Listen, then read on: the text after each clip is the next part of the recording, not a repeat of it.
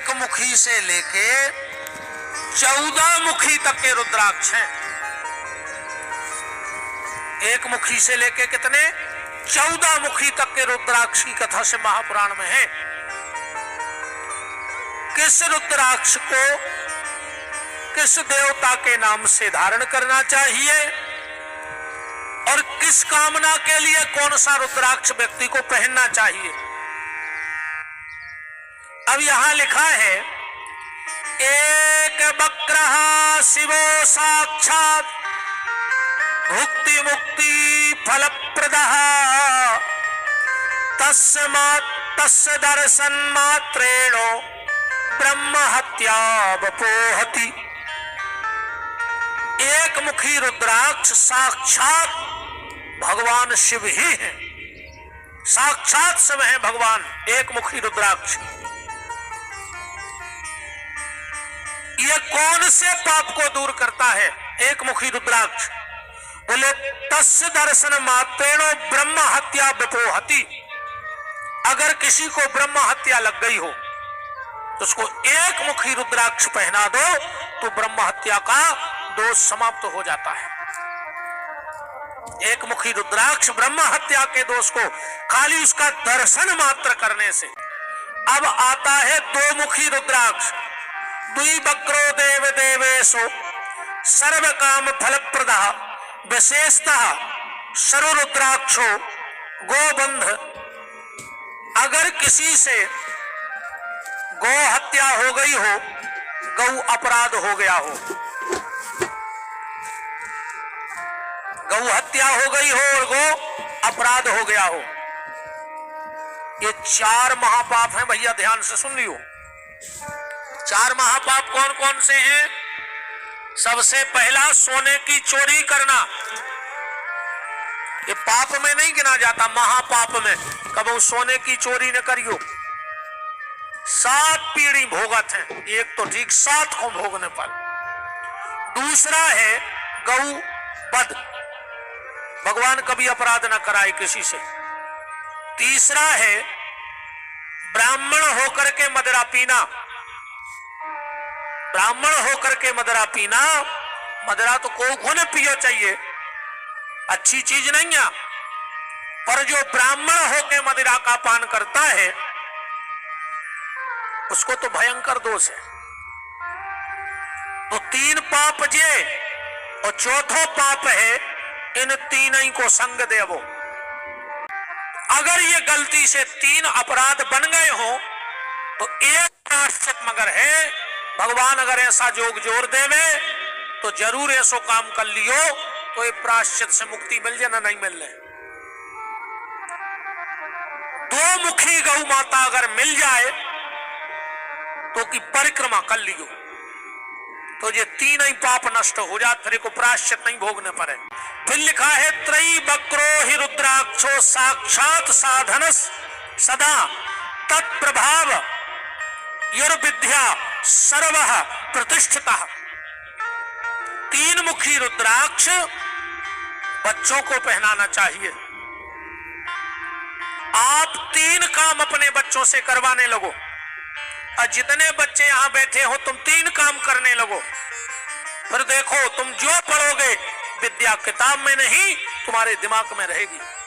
पर पढ़ गयो अकेले उपाय से कछु नहीं हो, पढ़ने तो पर है ही ना। हम कछु किया जाए तो जब तो हम बोई कर रहे किताबें उठाता ही नहीं है।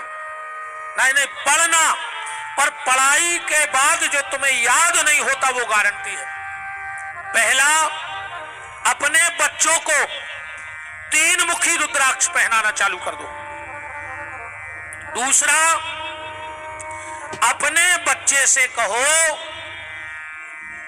कि भगवान शंकर की पिंडी पर रोज ओम बनाया करे। और जे की याददाश्त कमजोर हो, चाहे पुरुष हो चाहे माताएं हो, जो नित्य भगवान शिव की पिंडी पर ओम बनाते हैं उनकी याददाश्त बड़ी तेज होती है।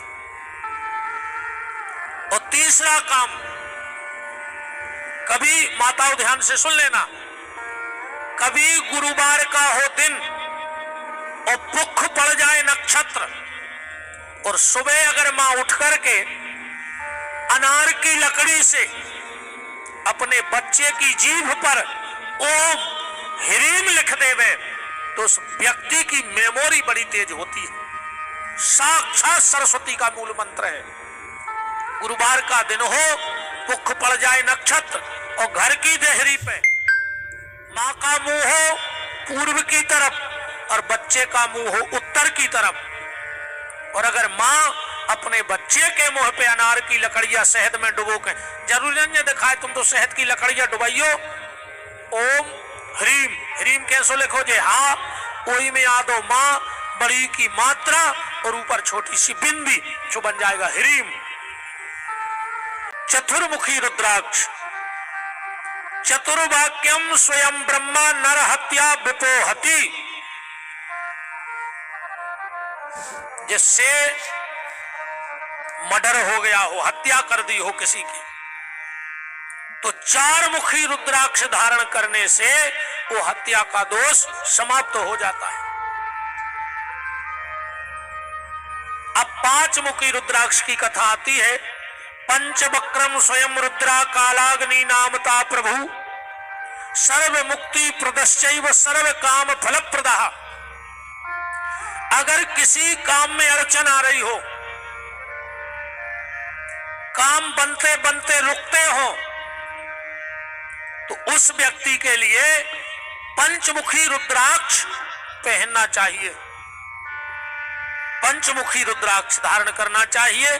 फिर आता है षड्वक्राकार के आस्तु धारणे दक्षिणे भुजे ब्रह्म हत्यादिक पापई मुंचते नात्र संशयः।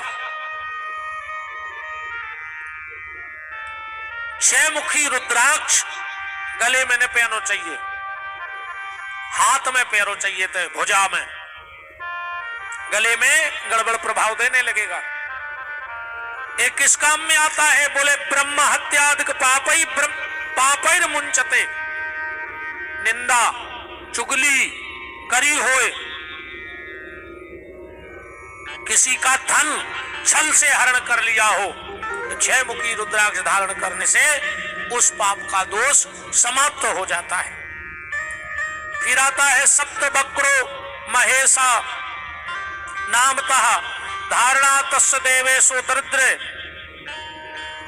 बहुत धन कमाने के बाद भी तुम्हारे घर में धन का संचय ना हो रहा हो, धन व्यर्थ में जा रहा हो, दवाई में, दारू में, लड़ाई में, झगड़े में, मारपीट में, तो सात मुखी रुद्राक्ष को घर में लाके पूजा करने से हमारे घर का धन व्यर्थ जाना बंद हो जाता है।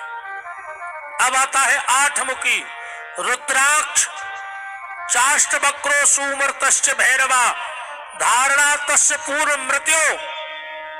अगर किसी ने तुम्हें अकाल मृत्यु बता दी हो, कोई भय बता दिया हो कि जल से भय है, वाहन से भय है, तो उस व्यक्ति के लिए आठ मुखी रुद्राक्ष धारण कर लेना चाहिए, तो जीवन में आने वाली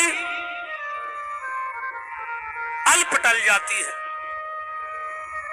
अब आता है नौ मुखी रुद्राक्ष, भैरवो नव वक्राश्चो कपिलाश्च मुनि स्मृतः तिष्ठन्ति नवरूप माहेश्वरी।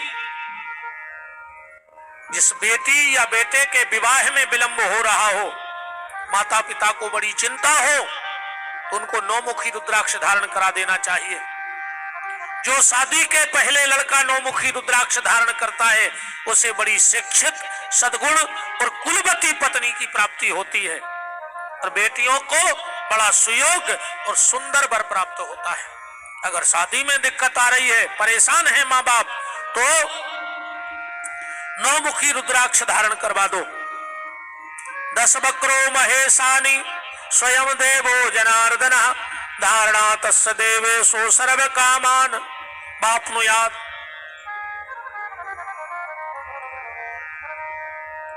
किसी भी कार्य में असफलता मिल रही हो, दुकान हो, बिजनेस हो, उसके लिए दसमुखी रुद्राक्ष की पूजा करनी चाहिए। जो दुकानदार हैं वो दसमुखी रुद्राक्ष अपनी दुकान में जरूर रखें। हाँ, फिर आप दुकानदारी देख लेना। अब आया 11 एकादश मुखो यास्तु रुद्राक्ष परमेश्वरी सा रुद्रो धारणातस्य सर्वत्र विजयी भवेत। जो पॉलिटिशियन हैं, जो नेता हैं, जो पत्रकार हैं, जो कलाकार हैं, इनके लिए 11 मुखी रुद्राक्ष धारण करना चाहिए। जो नेता पॉलिटिक्स के क्षेत्र में है, अगर वो 11 मुखी रुद्राक्ष धारण करते हैं तो उन्हें कभी पराजय का मुंह नहीं देखना पड़ता। पत्रकार, कलाकार और नेता ये 3 काम करने लगे तो इनको कभी पराजय का मुंह नहीं देखना पड़ेगा। गणेश जी की पूजा, त्रिलोक विजय को पाठ अगर नहीं कर पाओ तो जो नियम बना लो कि हम चाहे मोबाइल में बैठ के मंदिर में 5-7 मिनट त्रिलोक विजय सुने हैं, मनो डेली सुने हैं। आप मोबाइल पे डालना त्रिलोक विजय तो एक स्त्रोत आता है। त्रिलोक विजय का पाठ, गणेश जी की पूजा और 11 मुखी रुद्राक्ष जिसके पास होता है वो जीवन में कभी पराजय का मुंह नहीं देखता। द्वादश रुद्राक्षम धारेत केश देश के आदित्य। पुलिस वालों के लिए और मिलिट्री के जवान के लिए जो देश की सीमा पे लड़ रहा है, मिलिट्री के जवान, अभी 15 अगस्त निकला, अभी तो अगस्त चला ही रहा है। इस व्यासपीठ से उन देश के वीरों को नमन करता हूं, प्रणाम करता हूं, क्योंकि दुनिया की जितनी नौकरी है वो वेतन के लिए है कि नहीं? तनख्वाह के लाने हैं। दुनिया की जितनी नौकरी है वो वेतन के लिए है, पर भारत के सैनिक की नौकरी वतन के लिए है। वो वेतन के लिए नहीं लड़ता है, वो वतन के लिए लड़ता है। पुलिस को, सैनिक को 12 मुखी रुद्राक्ष धारण करना चाहिए, उनको हर हाल में विजय मिलती है। और सैनिक की विजय खाली उसकी विजय नहीं होती, सैनिक का दुख तो उसका दुख होता है, वो हम नहीं बांटते। सैनिक का दुख तो उसे अकेले भोगना पड़ता है। 2-2, 3-3 दिन भोजन नहीं मिलता बॉर्डर पे, है ना? त्रयोदश मुखो विश्वे देवास्त्वान्नड़ा सर्व कामान प्रति प्राण प्रोति सौभाग्य मंगलम लभेत। सौभाग्य वाली नारी को 13 मुखी रुद्राक्ष की पूजा करनी चाहिए अपने मंदिर में रख के। जो भी सौभाग्यशालिनी नारी 13 मुखी रुद्राक्ष की पूजा करती है उसकी मांग की रक्षा भगवती पार्वती किया करती है। माता पार्वती उसके मांग की रक्षा करती है। और 14 मुखी रुद्राक्ष सबका फल देने वाला है। चतुर्दश मुखो यो ही रुद्राक्ष परम शिवः धारयेन मूर्धनि भक्त्या सर्व पाप प्रणश्यति। अब इनके भैया 14 के मंत्र हैं, कौन मंत्र से कौन रुद्राक्ष धारण करो चाहिए। अब मंत्र तो आपको न लिखते बनेगा, अब हम कोशिश करेंगे कि एक वीडियो बना करके 14 मंत्र बोल देंगे। एक आध बार तुम लोग रिकॉर्डिंग करके डाल देना कि कौन से रुद्राक्ष को शरीर में किस अंग में धारण करना चाहिए और कौन से रुद्राक्ष के कौन से देवता हैं। ये बटे हैं 14 रुद्राक्ष अलग अलग देवताओं को, और 14 के मंत्र हैं कि इन मंत्रों को बोल के जो रुद्राक्ष धारण करो तो फल होता।